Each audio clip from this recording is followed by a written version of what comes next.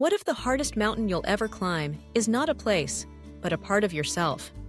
Imagine standing at the foot of an invisible summit, one built from old fears, doubts, and stories you've carried for years. The Mountain Is You by Brianna Wiest isn't a call for brute force or relentless hustle. It's an invitation to transform self-sabotage into self-mastery by healing the very part of you that pulls you back when you try to move forward. Why do we so often become our own biggest obstacle? And what would happen if we finally stepped aside and let ourselves rise? Today, let's uncover why we self-destruct and how you can finally get out of your own way. One step, one breath, and one realization at a time. Self-sabotage is a quiet force that works beneath the surface, often without our conscious permission. It's that voice convincing you to procrastinate on your dreams, the impulse to stay in comfort zones that quietly drain your energy, or the gravitational pull toward relationships and routines that keep you stuck. On the outside, it may look like laziness or lack of motivation, but the truth runs deeper. Self-sabotage is a coping mechanism, a way your mind tries to keep you safe from the unknown, even if that means holding you back from better things. Some part of you might believe you don't deserve more, or that the pain you know is less frightening than the uncertainty of growth.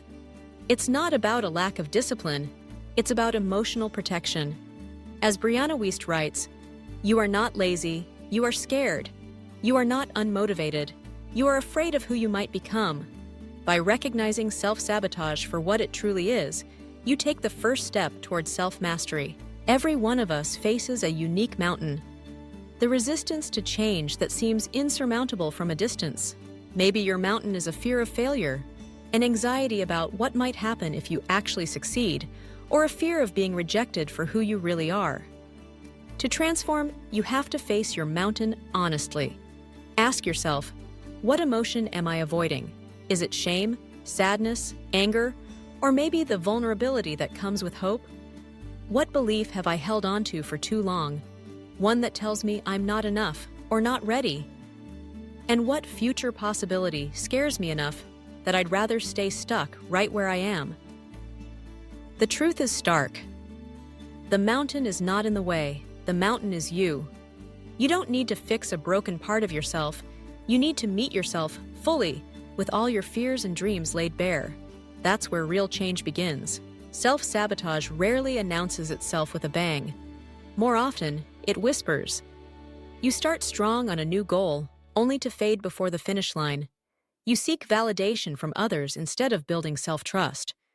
You overthink, compare, and chase perfection, thinking it will make you feel worthy. These behaviors tend to spike when you're on the brink of something big, when you're about to level up, or when your actions challenge your old identity. Why? Because, as Wiest says, you sabotage because staying small feels safer than becoming powerful. Your mind believes it is protecting you from disappointment, judgment, or pain by keeping you in the known. But recognizing these patterns for what they are, defense mechanisms, not destiny, is the key to breaking the cycle. When you see the sabotage, you can choose to interrupt it. Self-mastery is not about controlling every thought or emotion.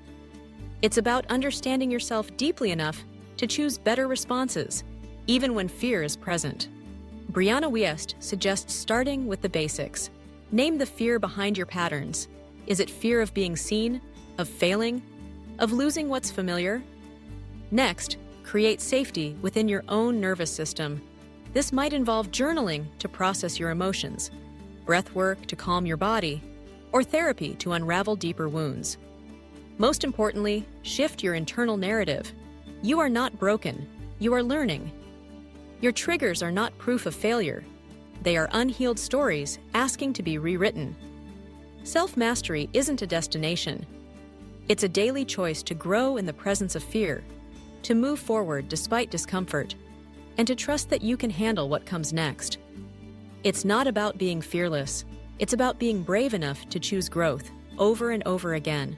At the heart of all lasting change lies self-compassion.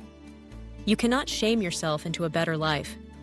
Instead, you must understand the ways you've tried to protect yourself and offer something healthier in return.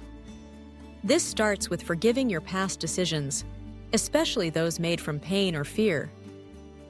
Rebuilding the relationship with yourself also means creating new habits motivated by love and hope, not by lack and self-criticism. Celebrate progress, no matter how small, and release the impossible standard of perfection.